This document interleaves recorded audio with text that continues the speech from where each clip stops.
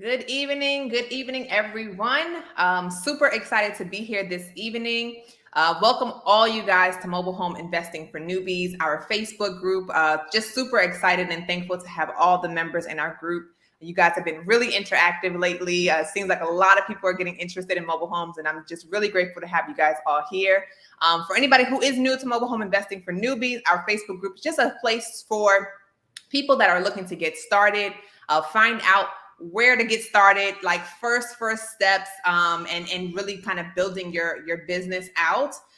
So that's what this group is for. And it's a place where you can come literally ask questions. Feel free to ask questions. We want you to ask questions, post stuff, right? Post your experiences, you guys. All the things that you're going through. You see me posting, I'm out putting bandit signs or talking to sellers or dancing inside sellers' houses, right? All kinds of stuff. So post your experiences so we can all learn from each other. That is the purpose of this group. So we have a very special guest, one of our absolute favorites, Calvin Ahia, with us tonight from Mobile Home Investing Full Time. If you are not in that group, please make sure you take the time to join. Phenomenal group with a lot of experts that can give you a lot of insight into any questions that you guys may have. Calvin has been here the last 3 months now, coming and dropping so much information and helping us all grow in our mobile home business. And one thing that, he and I share in common when I first got started was really the virtual aspect of wholesaling, right? So as you guys know, I started wholesaling houses. I was wholesaling that locally. Then I started selling houses virtually. So when I came into the mobile homes, I already knew that there was a virtual model that we could implement. I took a lot of that stuff from the houses, implemented it into the mobile homes, and just fell in love with it. So Calvin also does deals virtually. So tonight we want to really get into the nitty gritty of wholesaling houses virtually and how, more so focusing on the closing process. I get a lot of questions well, how do you even get paid, right? So we'll touch on some of those things tonight. As you guys are joining, make sure to just let us know where you're tuning in from, and make sure you post any questions in the comments. If you're on Instagram, post them in the comments. If you're on Facebook, post them in the comments. Just post your questions and we'll make sure to get to them throughout the interview. So of course, I want to welcome and thank my special guest, Calvin. Welcome, Calvin. How are you? I'm doing great, Jasmine. I want to thank you. First of all, I'm grateful for you having me on here, and also for everybody that's tuning in. Hopefully we can help somebody tonight. Absolutely. We love having you on. Yeah, last month was amazing. So if you did not see Calvin last month, scroll through the Facebook group or type in his name in the search bar, and they're all of the videos that he's in with us will pop up. So last month we talked about how to interact and have conversations with park managers, and it was just pure gold. It was pure gold. So please make sure that you take some time to view that video. Calvin literally went through the exact script of how he has those conversations with park managers and builds those relationships. So that was absolutely key. So tonight, Calvin, we want to really kind of get into this virtual thing. What brought you to the virtual side of wholesaling? Yeah, that's a good question. So that was never my intentions, right? I kind of fell into it out of necessity, I would say. When I first started, obviously I was doing things traditionally, meaning going to the seller and meeting them and having my contract in my vehicle and all that stuff, right? So just kind of old school. And so I just want to, Jasmine, just for anybody that may be brand new, just to not assume that anyone knows what we're talking about when we say virtual wholesaling. What we're talking about is doing these deals remotely, hands off, right? Yep. Where you're flipping these properties on a contract where you're never even actually physically viewing the property. A lot of these deals, I never meet the buyer or seller, actually meet them, and I don't even view the property, right? So I never even actually see the property, and I never attend the closing, right? Which raises a lot of questions, actually. So just to make sure we're page on what we're talking about, but when we say virtual. But for me, back to your question, is I kind of fell into it out of necessity. As I started doing deals and doing more deals and starting to looking to scale my business, right? At the time, it was a side hustle when I first got started to my full-time job, but I wanted to scale it and do more deals, which means that I had to put in more work with marketing and networking and generating leads, right? Lead generation. Right. But when you start doing that to scale up, what starts to happen is time becomes a factor, right? Where you can't be in multiple places at the same time, so you're limited, right? You're only one person. Yeah. And what started to happen is as I focused on my marketing and networking, my lead generation started to take off. But now I had to keep up with that, right? Mm-hmm. And in the beginning, and this is kind of another topic when we're talking about systems and processes and all that. That wasn't even part of it then. There was no system, right? Right. It was just, notebooks everywhere and things like that, and not Right. as organized as today. But what I started to notice is that some of these leads, one, the volume of leads that were coming through because I amped up my marketing and Right. networking. And then the other thing was I noticed that my reach started to grow. So the Mm-hmm. homes, used to be 30 minutes, 40 minutes. Now they're like an hour away. They're 2 hours or 3 hours, 4 hours, and Right. eventually even in other markets or other states, Mm-hmm. right? So I was kind of faced with a kind of a problem there. It was a good problem. Well, you think it would be a good problem because you've got Right. all these leads, but if you can't get to them, right? Right. It's there's not a good problem. It's just a Mm-hmm. problem, Yeah. and you're leaving money on the table, and then you're also leaving people out there that need your help, and you're leaving them unattended. So there was a lot of things, and I had to figure this thing out. And what started to happen, guys, honestly, is if you take every step that it takes to generate a lead and process it from start to finish, Mm-hmm. there's nothing about that process that cannot be done electronically, digitally, or remotely at a distance somehow, Right. either through the use of technology or the use of relationships, Mm-hmm. networking, and things like that, collaboration. So that's really what started to happen. And although my plan wasn't to do virtual deals, it was just how can I figure out today's problem? So maybe Right. today's problem happened to be that the home was 3 hours away. That's Mm-hmm. 6 hours on the road. Maybe I spend 30 minutes there, and then maybe there's, filling up for gas and bathroom breaks. So you're talking 7 hours, 8 hours, a full day for one property. Wow. And what started to happen is it's like, what if this doesn't work out? Did I really just spend an entire day, you know? But what if it is a deal? Did I Yeah. really just pass on it? Right. Right? And that's kind of what I was looking at is like, do I pass on these deals or what do I do? Right. So I started to eventually figure out ways like, for example, marketing, right? Mm-hmm. How could I market? Well, with technology, you don't have to be physically some in a market to Right. market. I can I'm in Louisiana. One of our biggest markets is South Carolina, right? It's a hot market right now, so we're all over Right. it. And so I'm doing things remotely from Louisiana and closing deals out there, right? So there's Love an it. example there. Love it. So that's really what started to happen, Jasmine, is I just started to figure out like how can I view the property remotely? How can I, get a contract to the seller and all that, and just figuring out. So eventually, it turned into a virtual business model. I love it. I love it. So that sounds a little similar to what we did of the houses. We didn't even know it was virtual. We just kind of started because we were moving to that state and thought, well, why don't we start marketing there? I was like, oh, we can do this from anywhere. So how many markets are you in now? So my primary market obviously is we're set up to do nationwide. So we market nationwide. So we Love it. get leads all over. Love it. But our primary markets, and when I say primary, what I mean by that is these are the markets where I have my network built out. I've got Mhm. resources. I've got cash buyers on hand. They're ready to go, and we've really systematized and focused on that area. So we're going all in. So those markets obviously is Louisiana. I Right. have the most resources here in Louisiana, being my home state. Mississippi, Alabama, pretty much just the southeast region. Mississippi, Mhm. Alabama, Florida, Georgia, South Carolina. North Carolina, we've done a couple deals, but I'm not heavily focused. I'm really focused on South Carolina right now. There's Right. just a lot of opportunities there. I love it. I absolutely love it. And one thing that I think is really cool about virtually wholesaling is, we have some people who are in either a really more rural area where there might not there may not be that many mobile home parks or mobile homes. Or maybe you're in like a really, really, tight kind of city, very urban, and there might not be any.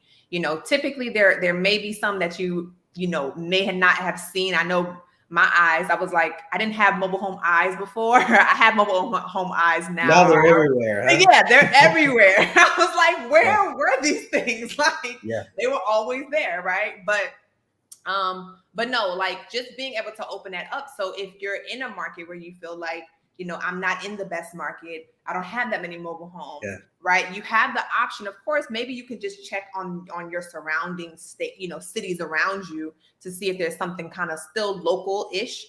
But this gives you the opportunity to find a hot market, find like really good markets, and just launch into those markets, and be able to expand. Like, and once you're like, okay, I got this market, I got this thing down. If you're starting locally and you say, maybe I want to add one more market and kind of just expand my business.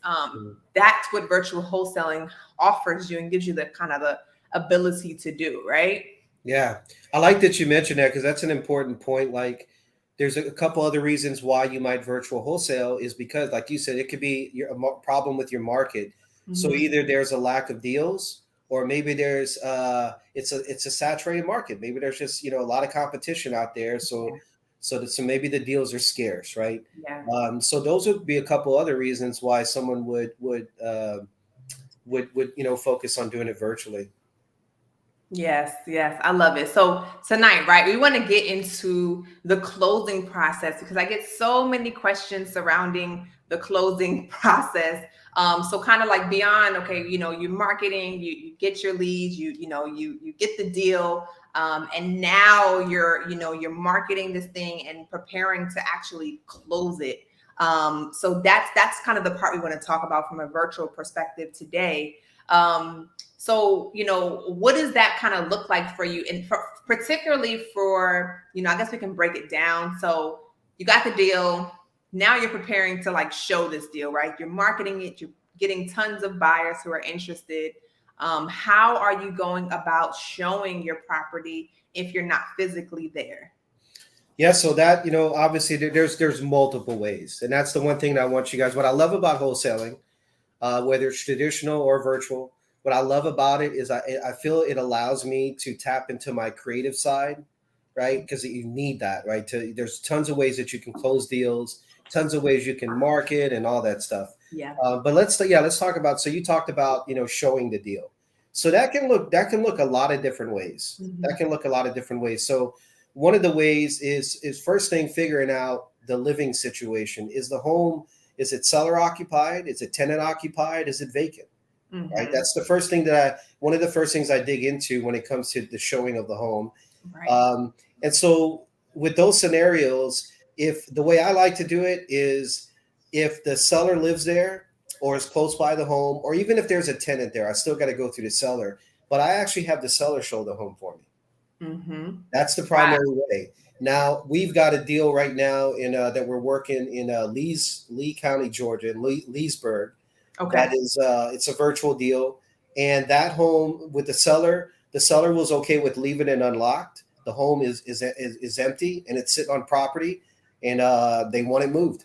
Right? It's a free home right now. We've got it on the market for $8K, and we've got 156 inquiries from posting it last night. Oh my God, a free deal, y'all. Free deal, right? It happens all the time. I love it.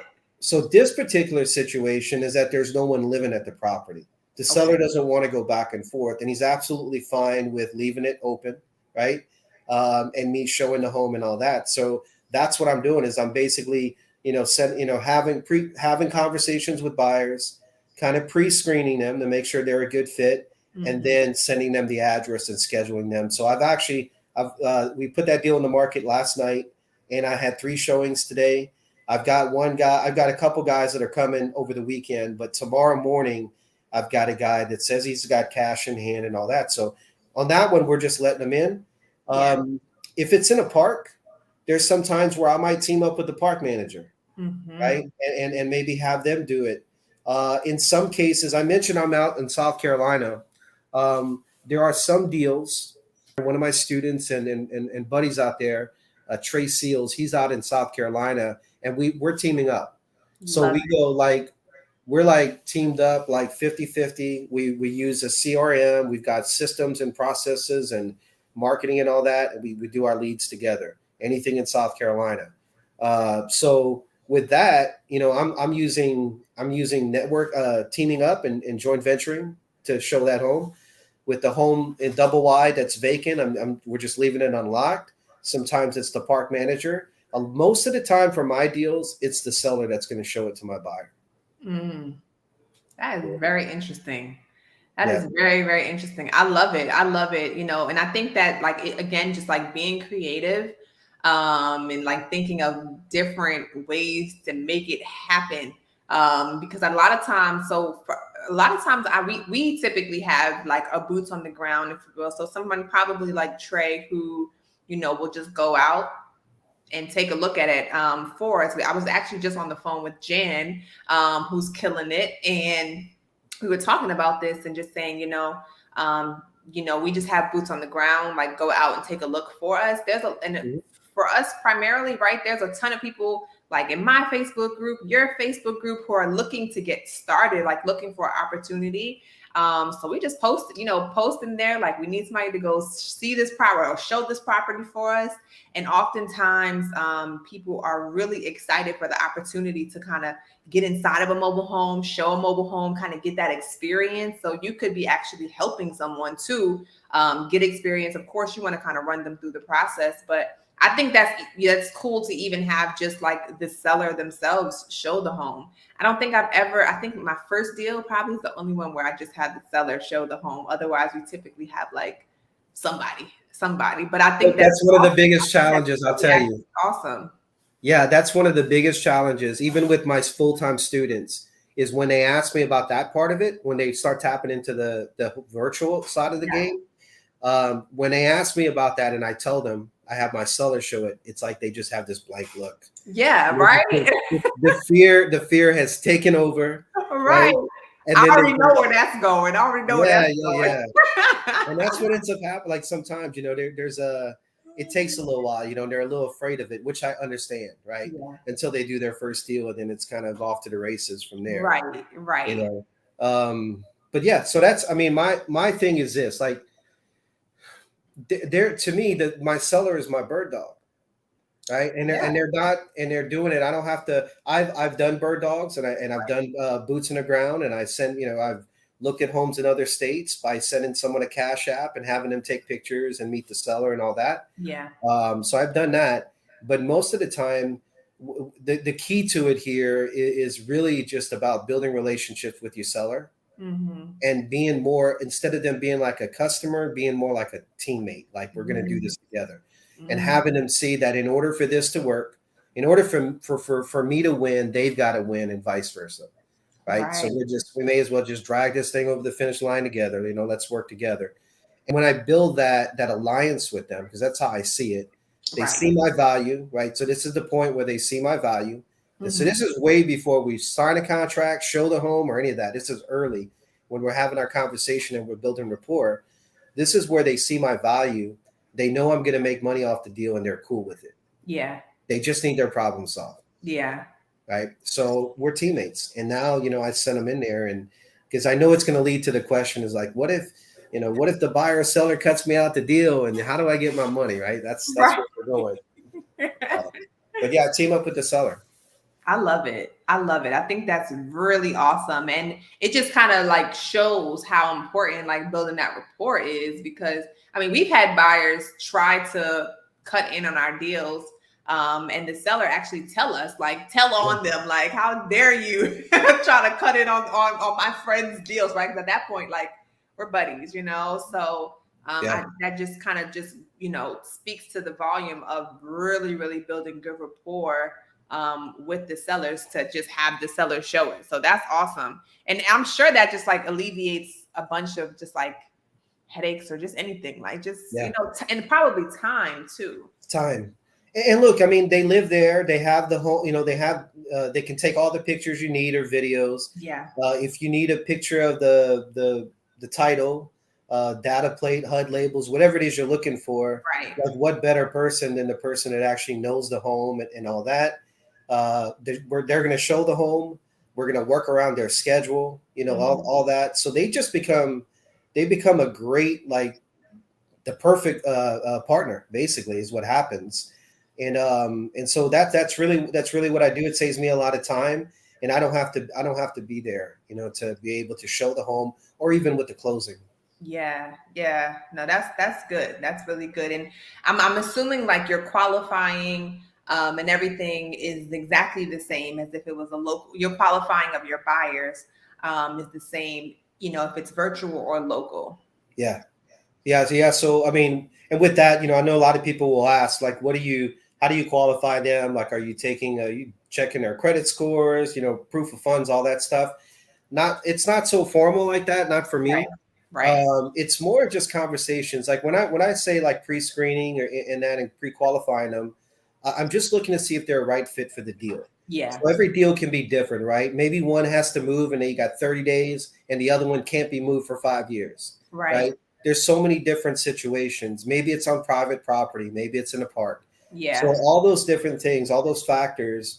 Once I get all that information, then I am shopping for that buyer that fits that, right? Yeah. So here's a quick example, Jasmine. Let's say you put a deal in the market, and it's got to be moved single wide in a park, and it's paid up to the end of the month on lot rent, and we're trying to Hmm. get it moved. So what will happen is your buyers will come in your inbox and say, "What's the least you'll take?" Right? There's a couple ways I respond to that. Right? Sometimes I'll say, "What's the most you'll give?" Right? Something like that, and so I might do that, or my typical response, regardless of if they're asking price, location, address, anything, I say, "How soon are you looking to buy? We're looking for a quick cash sale, and Hmm. do you have your own property? It has to be moved." Hmm. And they say, "Yes, I'm looking to buy soon. What's the address? Do you have your own property? It Right. has to be moved." So before we move forward, I'm not giving you the address. I'm not any of that. We're not even moving forward until you can kind of pass those questions. Because if you tell me, right, there's a huge difference if you respond, cash in hand, looking to buy in the next 2 weeks, and I've got my own property and it's zoned Hmm. for mobile homes. Yeah. Great. Let's continue this conversation. But Yeah. if you respond and say, "Yeah, we're looking to buy like in the next 6 months, right? And we're currently shopping around for property." Well, that's great. And I'm glad you reached out. But there's really no sense in us continuing. Like, what I'm going to let you know is like, look, definitely this one we're looking to sell pretty quickly. But Yeah. reach out to me in a few months. When you guys are ready to go, reach out. I'd love to be a resource for you. Maybe we can help you find a home or Right. something like that, right? But that's what I'm doing when I'm pre-qualifying. Um, if they say they're ready to buy now, they've got cash, they've got property, all that stuff. My next follow-up question is, have you spoken to a mover yet? Great. Have you Hmm. spoken to a mover? Yeah, actually, my cousin owns a moving company. Well, guess what? I'm gonna go after that buyer. Yep. Right? Yep. They're checking all the boxes. Yes. But when my ad says 3 bedroom, two bath, single wide in a park to be moved, and someone says, "Why can't it stay?" Like, right there, they just disqualified themselves. Right. There's no sense in continuing this conversation. So that's what I'm doing on the back end Right. to make sure. And then before I send them in there, especially with meeting my seller, we always get identification, state ID, driver's license, passport, something with a picture that tells me who you are and who I'm sending over to meet my seller. Mm. So we do Okay. that. And I had a problem with a guy today. We're flipping a motorhome right now. We got a motorhome under contract in North Carolina, and Nice. I had a buyer that had a problem with that. He didn't see why he had to give his license and all that. Like, what does it matter? And I said, because my client is uncomfortable with sending strangers to their property without me verifying who they are. Yeah. And he said, well, just give me her number. The reason why she hired my company is because she doesn't Right. want to deal with inquiries and posting and all that stuff. Right? Right. But you'll get to talk to her face to face when you get there, and you can ask all the questions you want. Yeah, but I don't see why I should have to send my pictured ID. I said, well, I don't see why we need to continue this conversation. If you change your mind, have a change of heart, let me know. Thanks for your time, and I hung up. Wow. There's Wow. no sense in wasting time. Yeah, no, for sure. For sure. I mean, if those are your like requirements, then like don't budge on it. That makes absolute sense. And are you keeping most of your conversations? This is more like a personal question. Like, are you keeping most of your um conversations with your buyer on Facebook, or are you trying to like set up a call with them? So it's a combination, but I would say the majority conversations take place on Facebook, since it Right. is the, marketplace is like the tops for sale platform, I think, Yeah. out there, at Yeah. our fingertips. So a lot of it is through there, but sometimes it is through conversation. Sometimes it's like text messages too. Like once we Okay. connect, usually it's going to be initiated on Facebook. That's Right. that's normally either from one of our buy and sell groups where the ads posted. We Right. utilize Facebook pages. I utilize my personal profile, and then also on Marketplace. So it's usually conversations through there. I like posting ads from creating ads on my Facebook page, and then Mm. I take that link and I share it in whatever groups and other platforms that I want to share it. Hmm. Um, I used to post it in a bunch of different groups. I just make a bunch of individual ads, right? Right. The problem is monitoring that. If you got 20 ads out there in 20 different groups, that's too many notifications. That's too much Mhm. to keep up with. And then when it's sold, like, do you go back and take them all down? Right. Right. If you do a price drop during the deal, right? If you adjust your price, you got to go back and remember what groups. So what I Right. do is I post it from my page. I share that link into different groups, and then if I have to price change, once I price change in the page, it changes on every platform I shared it. So I only got to do it one time. So I do that. But I also do it because what your question, it drives people to the inbox of the page. Yeah. And now I have that conversation there, and we can take it from there. I like that. I like that a lot. That's very interesting. Yeah. Okay. So we talked about showing the properties, building the relationship with the buyers, qualifying them, all that good stuff. So it looks like we have a bunch of. I want to check. I know we have some questions, but I want to just go over kind of like the last piece of the closing process, which is actually closing, right? So you've shown the property, or your seller has shown the property. You got the buyer, they're interested, they're ready to go. So what does the closing process look like for you, from doing this from your couch or from home? Yeah. Yeah, yeah, absolutely. So it's basically we talk about how do we get our money, right? How Yes. do we get Okay. paid? So so like this is so basically with the with getting paid, there's like everything else, like showing the home, like marketing, like all that. There's multiple ways you can do it. I'm Yeah. gonna share with you my preferred way. If everything goes the way I plan, the way I like to do my deals is I'm typically going to collect a non-refundable deposit for Hmm. the amount of my assignment fee up front. So Right. before we schedule the closing, before we put the buyer across from the seller and do the whole bill of sale and title transfer and all that stuff, I'm collecting my money first, right? Right. So that's my way. If people say like, do you ask for proof of funds? That's proof of funds, Right. right? Cash App, Zelle, PayPal, however you want to do it, bank Hmm. wire. But I'll collect my fee up front. So example, I mean, I don't know. Let's say I've got a deal under contract for 7K. My buyer comes in at 10. I accept the deal. I'm going to make 3,000. Hmm. So in that example, I may take a $3,000 down payment, and then we'll schedule to close in the next day or so. That's just coordinating buyer and seller schedule. Right. So we're Right. going to put the closing together and do it that way. So that's one way to do it. Now, some of the challenges with that, and maybe it'll come up in question here, but is what if the buyer has a problem with sending that deposit up front? Hmm. Hmm. What if they just want to show up and close, right? So that's one. We can do that, right? But the only risk for the buyer is I'm not taking it off the market. Like if you went look at the home Monday and you're telling me, hey, can we close Friday? I'm gonna say yeah, you know, and then I'll say I'll also let you know that there's a couple ways we can do this, right? One, you can submit a deposit, and what that'll do is it'll protect the deal. It'll lock in the price that we agree upon, and we will take it off the market, right? Right. Or you can contact me Thursday and make sure it's still available. And if it is, we can meet up Friday morning, right? Mm. So I don't pressure them. Like they don't have to give it to me. but I'm also not taking it off the market. And so what I get from them is like, well, I really want it. Right. Well, great. I really want to sell it. Like, I really want to buy it. Well, I really want to sell it to you. Right. Okay. Well, can we meet Friday? Yes, we can. Just contact me Thursday. Yeah, but I don't want to take a chance and somebody else buys it. Right. Well, that's very possible, Mr. Buyer. Right. So I'm not going to be honest with you. That's very possible. Or it could be available. So it's up to you. We can meet Friday. Contact me Thursday. If you find that to be a little risky, we do have an option where you could secure the deal if you're willing to submit a deposit. And that's that. If we're unable to provide clean title, or if there's any issues on our end, obviously it's refundable. But outside of that, we can set up a date of close and we can lock it in. So that's one way that I'll get paid.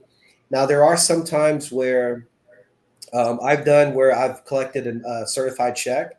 Right now, that's a long process because they're mailing that to me. I got to wait for it to receive it, and then once I receive it, and I've had some old school buyers do it that way, right? They didn't want to do the wire, the electronic transfer. Right.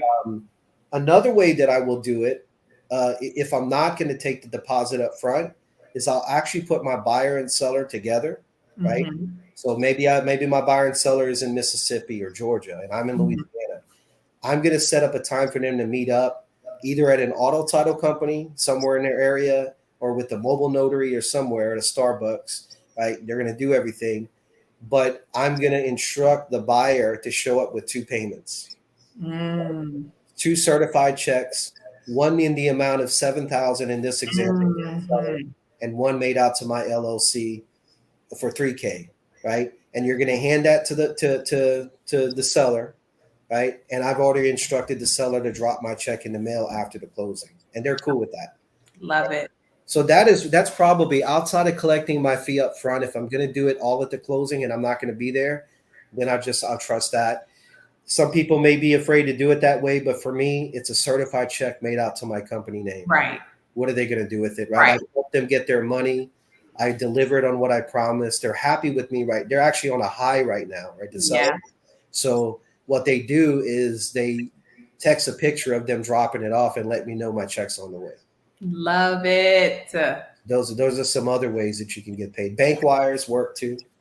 I love the wires, man. I love the wires. It's just so nice to open up your app and just click refresh and the numbers have changed. Yeah. Absolutely. Yeah. Wires. I mean, there's so much technology at our fingertips today. Like there's no reason why we can't get paid. I've had people attend closings for me. That's another way.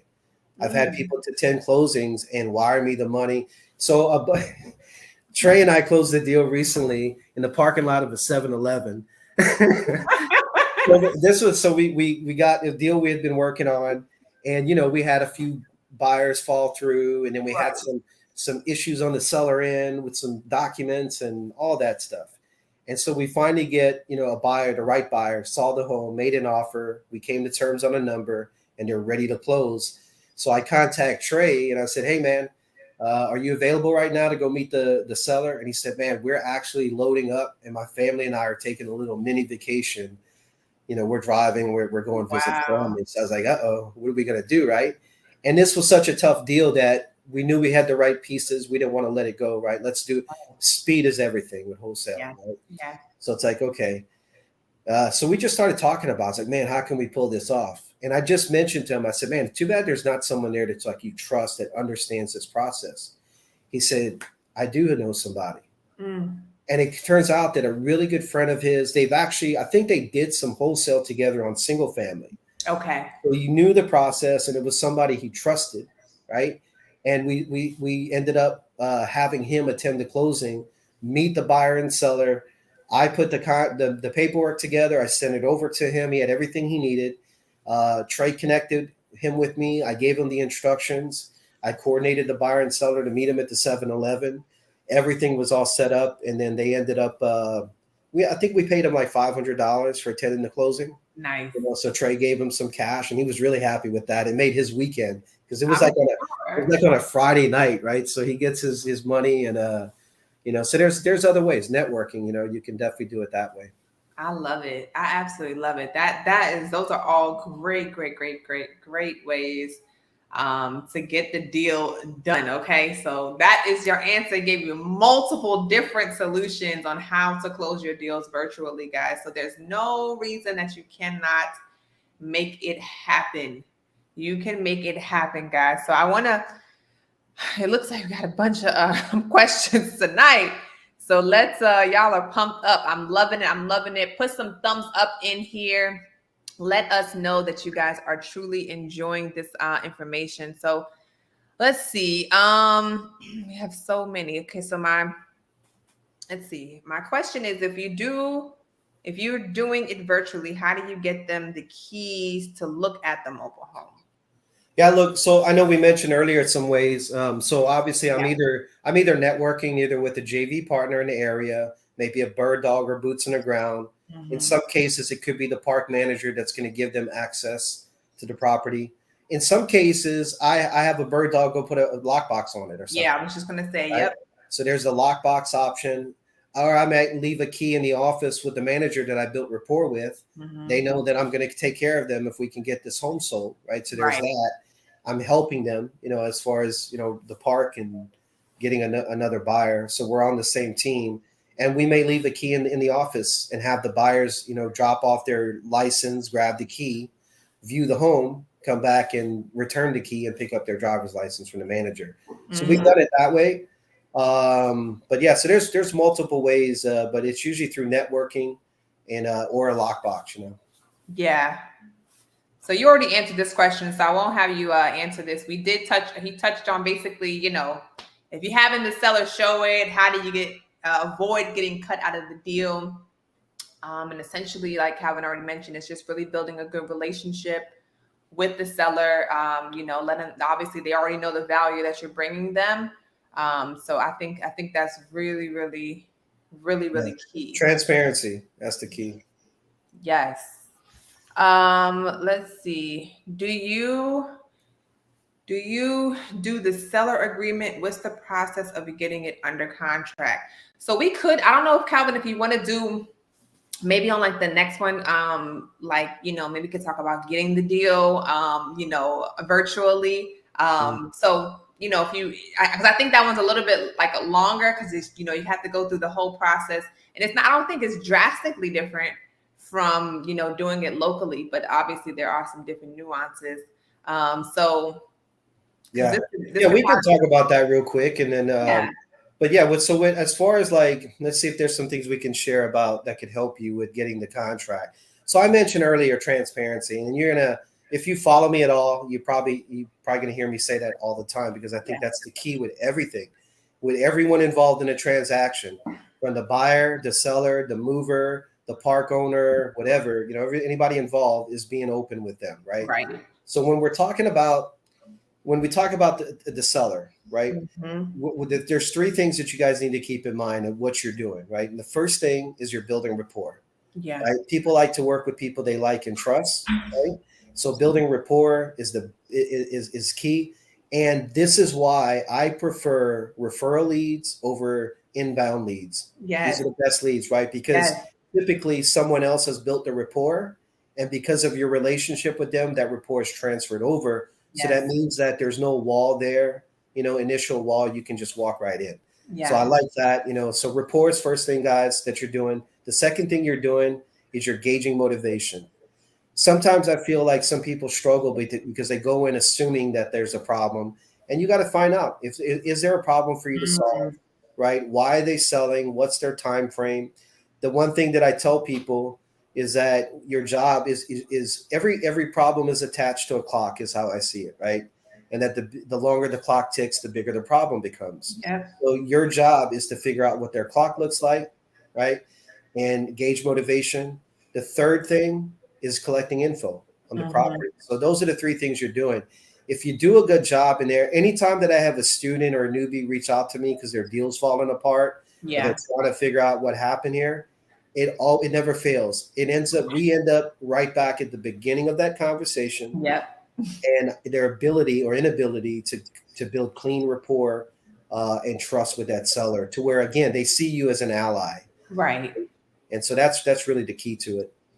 That's It makes really asking for the contract simple after that. yeah. I love it. I love it. That's great. Great, great, great. What CRM do you use? Yeah, so I'm using Podio. I've been using Podio for years. I used to use the free version. So they have an app that you can use on your phone. So I've used that for years. And then I upgraded in the last year because I hired my first VA. Nice. And there's a lot of things that we're doing that requires the upgraded version. And we're doing, mail campaigns, text blasts, Right. a lot of different things. But yeah, we're using Podio. I like it. Yep. I mean, it We use works for Podio me. too. Yep, we use I Podio. know there's other platforms, but I'm not aware of them. These I just used this one and stuck with it. Yeah, we've been using Podio for years, years, years, years. But I might have to look into the upgraded version. We use like the I guess the basic version. So When I use it, one of the things that the paid one does is it allows me to add other people, team members. So yeah. there's a cost for that, and it does drive the cost up, but it's got that, you can also do that. And so with hiring employees and even teaming up, like we have within my Podio, I mentioned Trey Seals earlier. So Right. within my CRM, we actually have a separate workspace in there that he has access to, and we keep track of all of our leads and what's going on. Love it. Love it. Love it. All right. Our guy Jared is asking, just wondering, when the buyers look at the home, do you refer to them as your investors? If they're an investor, right? So what I'll say to that is that there's two types of buyers. You have your investor cash buyers. You have your what we call consumer buyers, right? People Mhm, that are going to mhm. live in the home. So it really depends on that.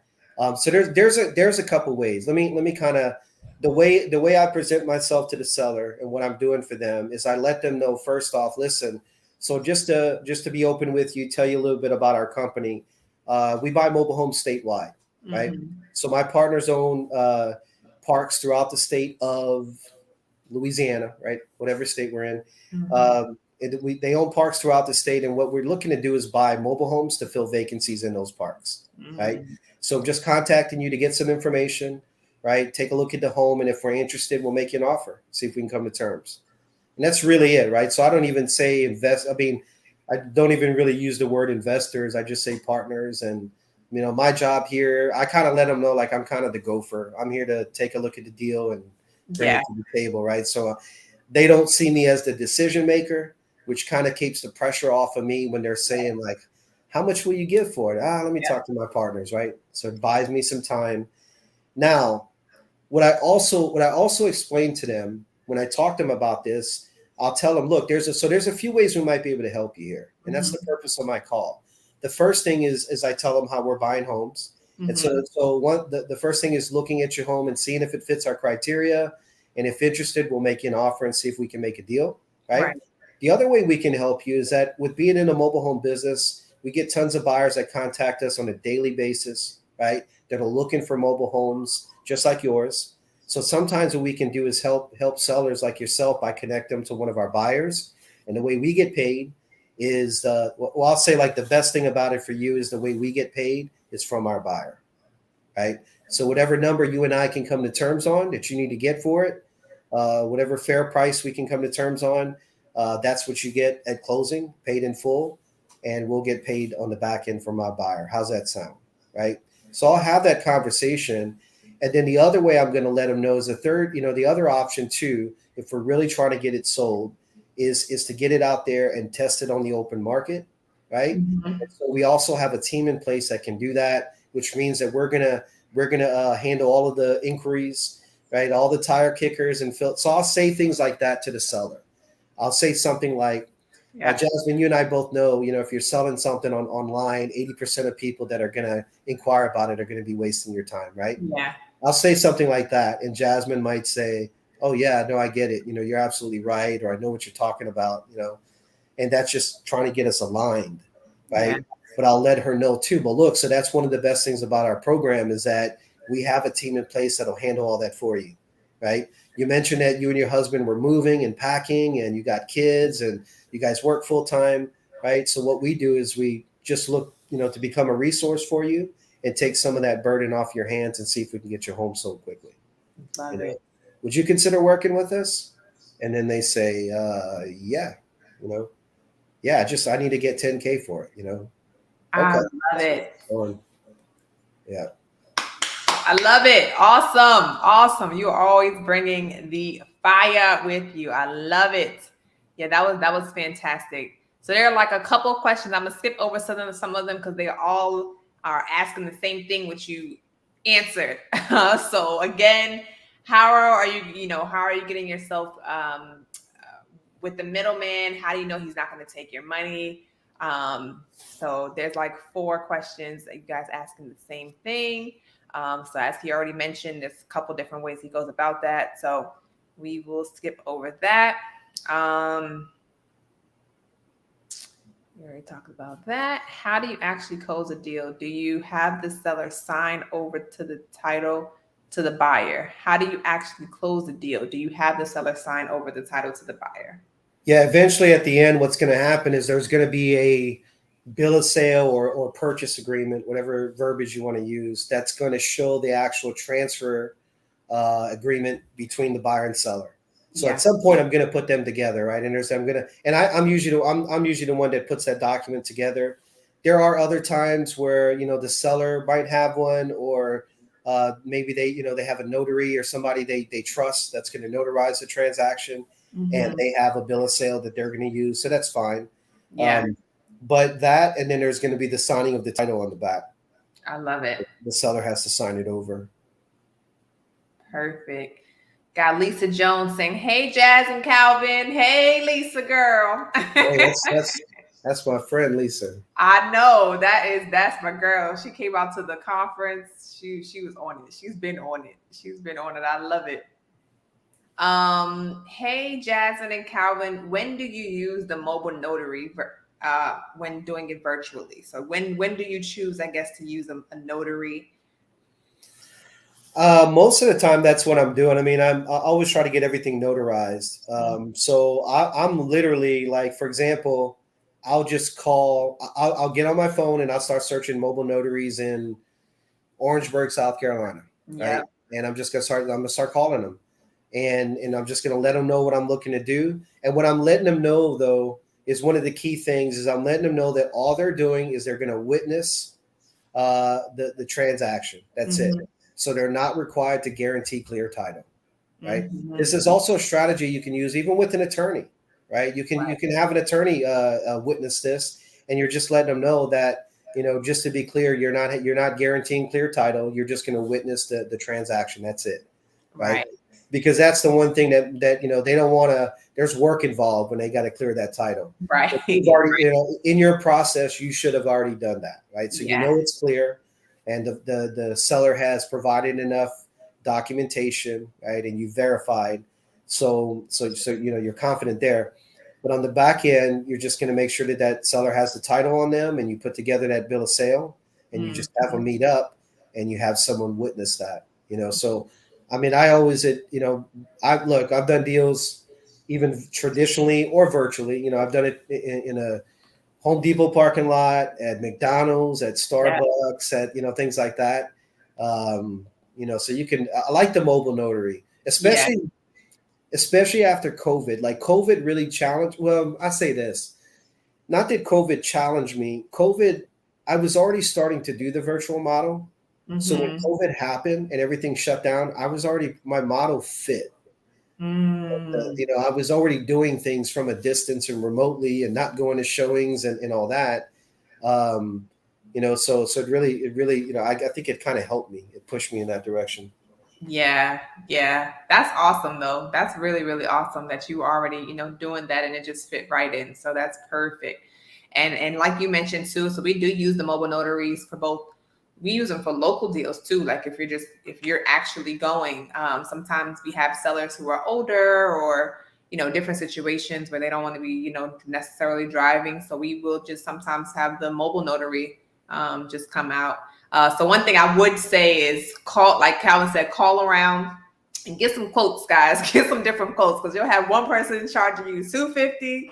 One person charging you $75. You're like, wait, what's going on here? Yes, that is a fact.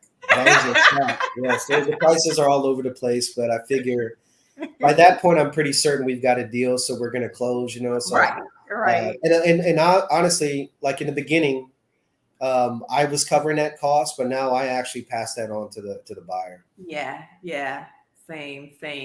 Yeah, I love it. I love it. And definitely have a couple on on in your Rolodex, because it's all about time, and sometimes if one's not available, you should have another one that can meet up with you. So let's see. More money. I mean, more questions about how you answered all those questions. How you getting your fee?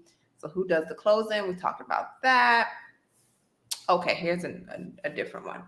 So if the seller does not have access to email or printer to sign the agreement, what do you do?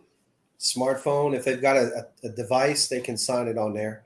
Mm-hmm. So that's really what I'm doing. And look, I think pretty much everybody has a phone in their hand like Yeah. 24/7, right? And if not, like let's just say for some of the older generation, because you do come Mhm. across that. I do Right. come across where like I notice like we market on Craigslist. That's one of the Mhm. platforms we market on Yeah. consistently. And I don't know, I see like a lot of, it's common for my leads that come through Craigslist to be older sellers. You know what I mean? Like they're not really on Facebook and social media and That all that. that is a Um, fact. so that's the person that wants to know if I can fax it to them or something like that. So, but typically, what happens is they've got someone in the family that's Yep. walking alongside them, a child or family member that's helping them through the process. So you find a way to get it done. Yeah.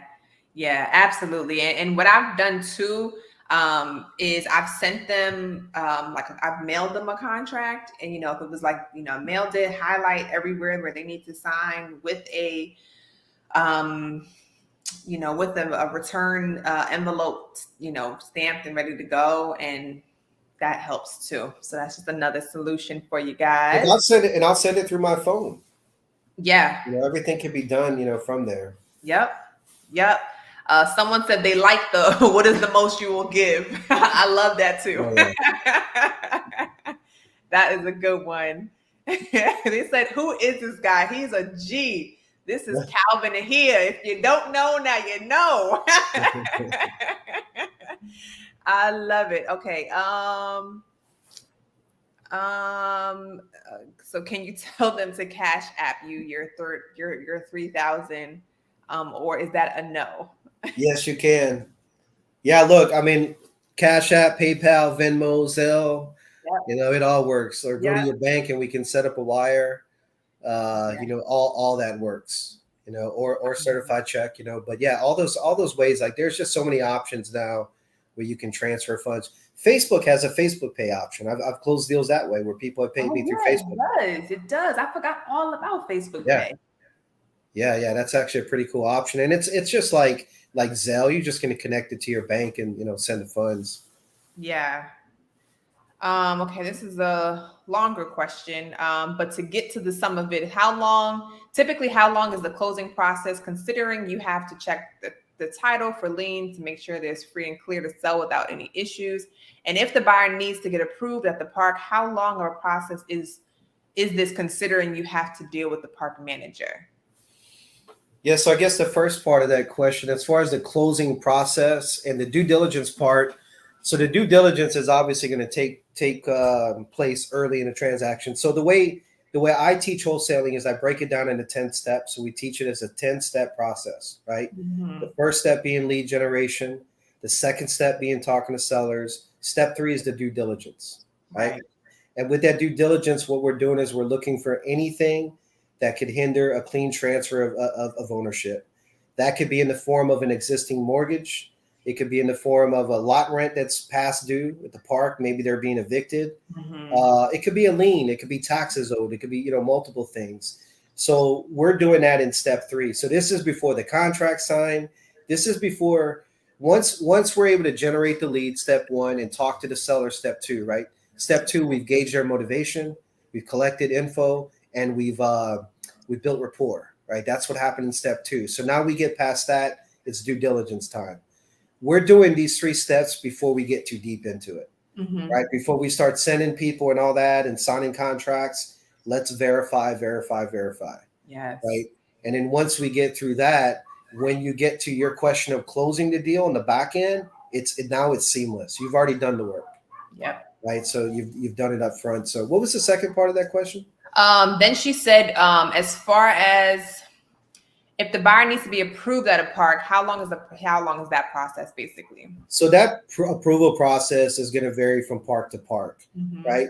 But what I like to do, again, this is all, if you notice that a lot of my answers have to do with the initial conversations. Mm-hmm. So for example, today we had a lead that came through in somewhere in Georgia, and I ended up calling the no, I'm sorry, this was a Michigan lead.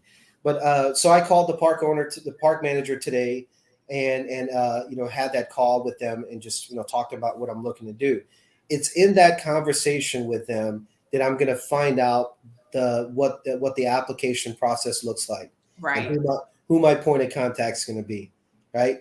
So the way it went with this park manager is I introduced myself. I said, "Hey, listen, so we got the park information from our seller, right? We let them know that we're going to be contacting the park. So that's one thing I would suggest. Don't do these deals under the table. Like, go introduce yourself to the park and let them know who you are. You want to be a resource for them, and you want to be top of mind in the future when there's other opportunities. You want them to think of you. So that's what I was doing today, following up on a lead. I called the park manager and I introduced myself and let her know, look, so my name is Calvin. I appreciate you taking the call. I won't, I know you're busy, so I won't be long, but I'm really calling about a property that's for sale in your park. We have one of your tenants that contacted us. They're looking to sell. We're interested in it, but before we do anything inside of any community, we always like to talk to the property manager or the owner themselves first. Yeah. And she says, okay, that would be me. I'd say, well, great. Look, so the home, in case you're wondering, belongs to one of your tenants. His name is Jason. I think his last name was Price or something. Mm-hmm. But I gave her the name. I said, are you familiar with him? She says, I am.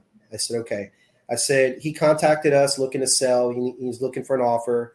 We would like to take a look at the home, but we just had a question for you, and she said, yeah, sure. I said, so my question is, do you guys allow subleasing? She says, no, this is how I put it, because a lot of parks don't, right? So I'm really, when I ask the question, I'm always expecting a no. Right. I don't care. It's just part of my process, and you can still flip the home. So I asked that, but what she did is this is the way I asked it. I said, I'm calling about the property. My question is, do you guys allow subleasing, or would I have to just move the home out of your park? Quiet. Right? Because usually they'll say, nope, no subleasing, sorry. And then that's the end of it. But when I coupled that with, or do I got to move, do I have to move it out of your park? It's like, and they got to talk to me now, even if they don't want to, right? They got to talk to me. What's going on? That was good. So where that goes is she says, well, actually, a couple of things. One, we do allow subleasing. I said, oh, okay, great. And she said, but the other thing is we do have an agreement written in our lease that we have the first right of refusal on any homes that's being moved out of the park. So we're probably going to exercise that right if you choose to move it. And I said, okay, great, no problem. That's exactly why we like to talk to the property manager, right? That's the way I said it is that's exactly why we like to talk to whoever's in charge. Yeah. That's me stroking the ego, right? And so that's all that is. And they're like, yeah, so I said, okay. I said, so you guys have a right of refusal clause in your lease agreement? She said, yes, we do. I said, okay, it makes sense. I said, so look, I'll just kind of tell you, like, what we do is we network with a lot of parks in the area, and we're looking to be a resource for you. So we're not looking to work against you. Some of the park owners that we work with, sometimes it's a benefit if we remove the home because maybe they have an age requirement, right? And they require the homes to be moved when they're sold. And other parks like yourself would prefer that we keep it in the park and work with them so that you're not dealing with the vacancy. And she said, no, that's exactly it. So I said, so look, just so you know, that's what we're here to do. We're here to be a resource and work alongside you. We just want to make sure, we just want to introduce ourselves and talk to you. So it went really well. And the way I ended it is I said, so look, I'm not sure where it's going to go, but we're going to be reaching out to Mr. Jason. We're actually waiting on photos before we come and take a look at the property. But just know that if we decide to move forward, we'll contact you first and give you an update and let you know what's going on. And she said, yes, please do. Because, we would like to know what's going on and what you guys decide. And I said, yeah, absolutely. And I said, look, last thing, I don't want to keep you too long, but last thing is, how can I get information about your application process and who would my point of contact be? Mm. She said, oh, that would be me. And she said, I said, do you have, like, maybe you can email me some details? She said, we don't really have anything that formal. And then she just kind of went over a list of things, which we took notes on, of what they require. And I said, okay, perfect. I'll make sure that, whether we buy it, I said, we also have buyers that are looking to buy. We connect with a lot of buyers. So, we may make an offer and see if we can come to terms. If not, we may bring a buyer that comes in. Are you cool with that as long as they're part qualified? And that's all Mm. they want to know. It's like, yeah, absolutely. And then she thanked me for the call, So that's really how, what it sounds like. And I'm asking permission. So to answer your question, when we get to the actual application process, it's going to be different when I send them in there. I've already kind of pre-qualified them, right? Like if there's a background check required and they need proof of income, I'm going to go over that with you, and we're going to see, is there a problem, or do you see a problem, or can we move forward, before I send them in and waste anybody's time. Like let's kind of pre-qualify them. I love it. I love it. Are you testing a new script out there? What's that? Are you I said, are you testing a new opener out there with the you know can we sublease, or do I need Oh, to no, move no, no. out of there? That was you going in with that boy. Yeah. So no. So I've been using that one They for. said she was shook. Somebody said she was shook. She was like, no, no, no, no. Yeah, I got silent for a second. I almost did a hello. But it does throw them off a little bit. And Yeah. I do that in a situation where there's uncertainty. Like there's sometimes where I know that particular park and I know they allow subleasing, Yeah. or I know that there's other rentals in there, so I assume they Mhm. do. I just need to connect with the park. But if I don't know, and that's just kind of my way of kind of reeling them back in and making them think about it before they just tell me no. I love it. I absolutely love it. That's so good. That's so good. We have a few more questions. I want to definitely respect your time, Calvin. So maybe we can answer like two or so more questions, and then Yeah. go from there. So let's see. Trying to find a good one. What contract do you use, and how do you fill it out? Isn't it like a title, like a car? Yeah, so I use a simple one-page assignable purchase agreement is what it is. So I'll tell you a little bit about kind of a backstory on how I came across my contract. So back when I got started, guys, I contacted when I was going to start wholesaling these mobile homes, which was back in 2014. What I started doing is I started contacting real estate title companies and Mm-hmm. attorneys. And, I got the same answer from everybody, right? Sorry, it's a mobile home. Sorry, it's in a park, we can't help you and all that. So I kind of went through the list. I think I called about 7 or 8 different, title companies. And on the last one, and I remember feeling like, okay, this is it. Like if they don't do it, I don't know what I'm going to do. And the lady, she told me the same thing. They said, we can't do it because it's a mobile home. Mm-hmm. And she said, but have you tried talking to an auto title company? And I said, She said, it's a vehicle, by the state. So maybe you can try them. It's worth a shot. And I was like, man, that makes so much sense. I knew that already, but I didn't put that together, right? It's just Yeah. common sense. So my next call was to that of a auto title company probably about 25 minutes from my house. And I called them and I told them what it was I was looking to do. And the lady, the owner of the company, said, I think I can do this. Let me talk to our attorney. Let me talk to our CPA. I've got some questions and we'll get back to you. So they end up getting back to me and they asked me if I had any type of sample contract that I could send them, and if I could send them, the instructions on how these deals work, and then they'll Right. get back to me.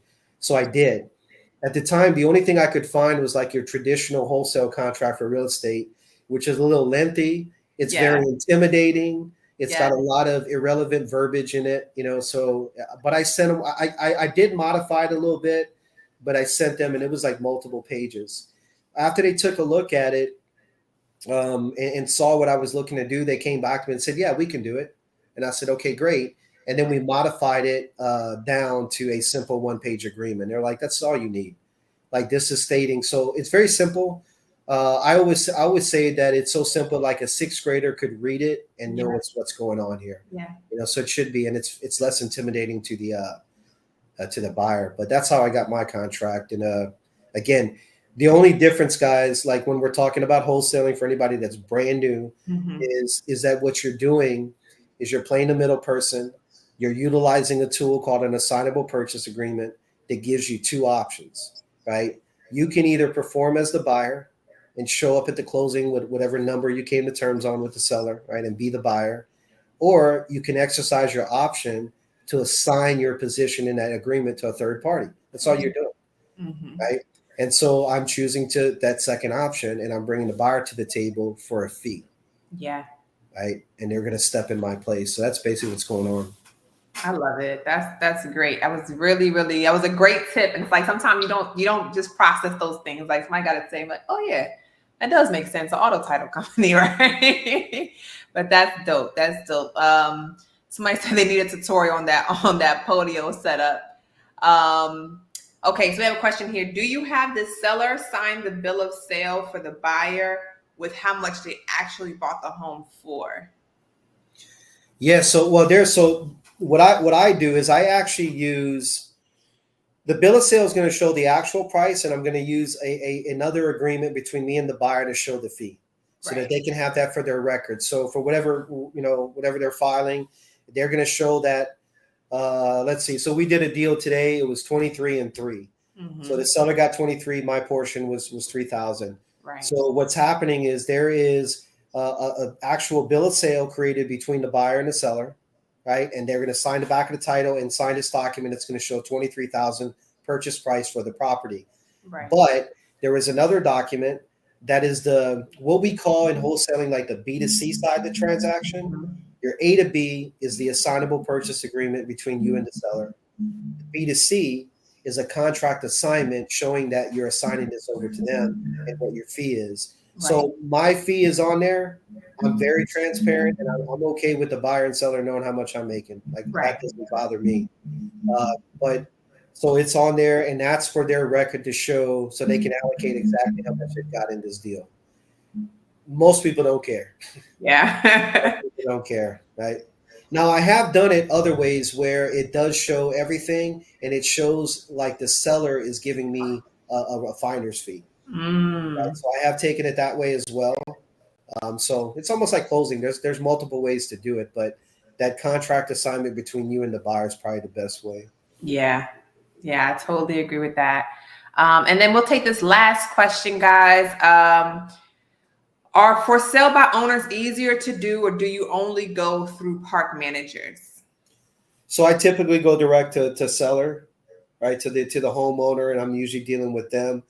When the manager and the park's in control, it's just a different deal. Like it's just again, it's always going to come down to the conversations that you have. But that's a different deal, and there are opportunities for parks that actually have their own inventory.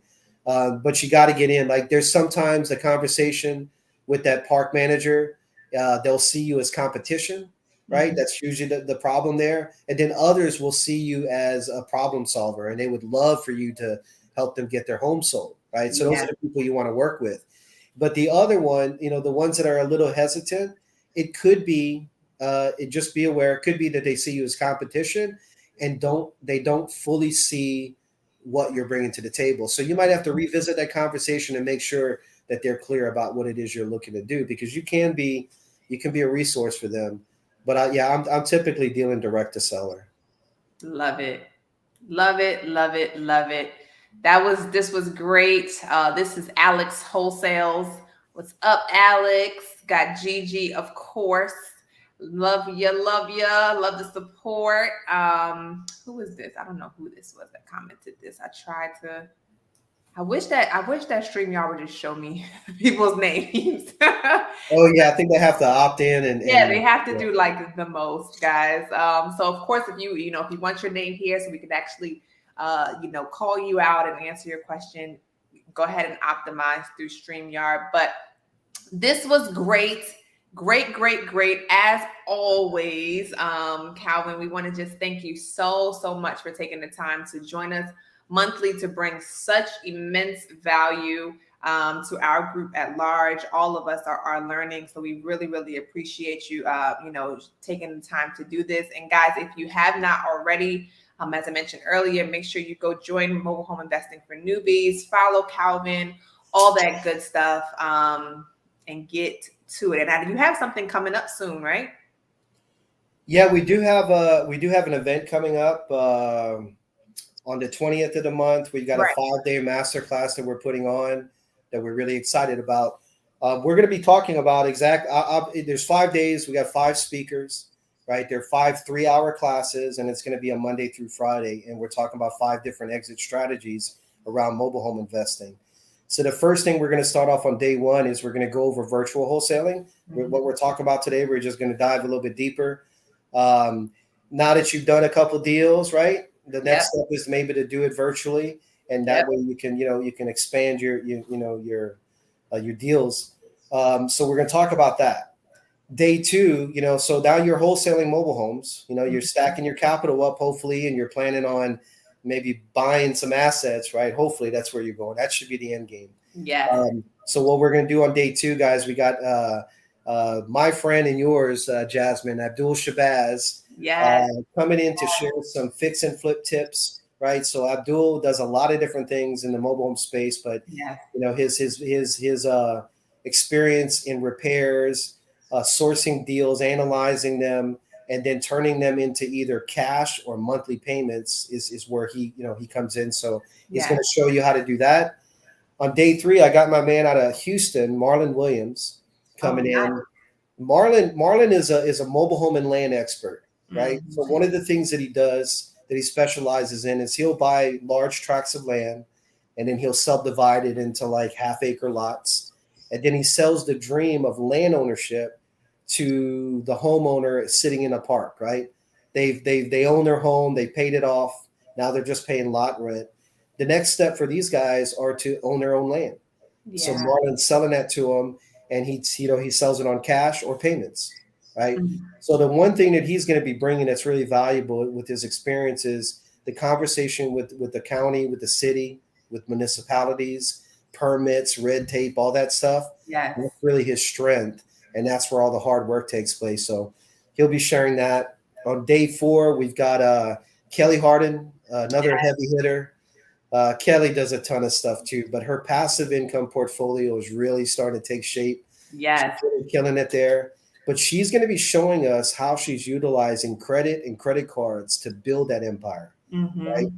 And having her buyers pay the note on the credit card, right? And cash flow every Love month, it. right? So she's going to talk about that.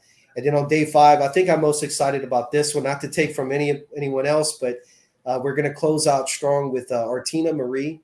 If you guys are not Yes. following her or any of the other people, I definitely would suggest doing it. But Yes. Artina, she's probably one of I don't know. I'm very proud of her. Right? She Yes. started she started with us back in February of last year, and she's very busy. 5 kids. She's engaged. So personal life is very busy. She runs a 6-figure online fitness business, and Mm-hmm. she's been doing that for years. Very successful, and Yes. she took on mobile homes as a side hustle to that, just Mm-hmm. supplemental income. Well, today that role's reversed. Right now, she's all Oh, into mobile homes, right, and she's wholesaling. Definitely one of my top students out there. She's just killing the game now. Like she flipped 4 mobile homes a couple of weeks ago, let's like within two go. days, right? But what she's doing with it, what she's going to be sharing with us is that she's taking her mobile home profits and Mm-hmm. she's building out her short term portfolio. She's getting into corporate leasing, and she's say she's doing very well for herself right now, I and love she's it. using mobile homes to build that out. So she'll be sharing on that. But yeah, we'd love to have you guys attend, and let me know. Sounds amazing, amazing, amazing. I'm so glad. That sounds like a heck of a headline. Headliners, all headliners, everybody in there. So definitely make sure you guys tap into that. And again, Calvin, appreciate it. We will see you next month. if not sooner. Awesome, All awesome. righty. Yeah, thank you so much for having me, and I appreciate everybody that tuned in. Absolutely. Have a great one, guys. Good night.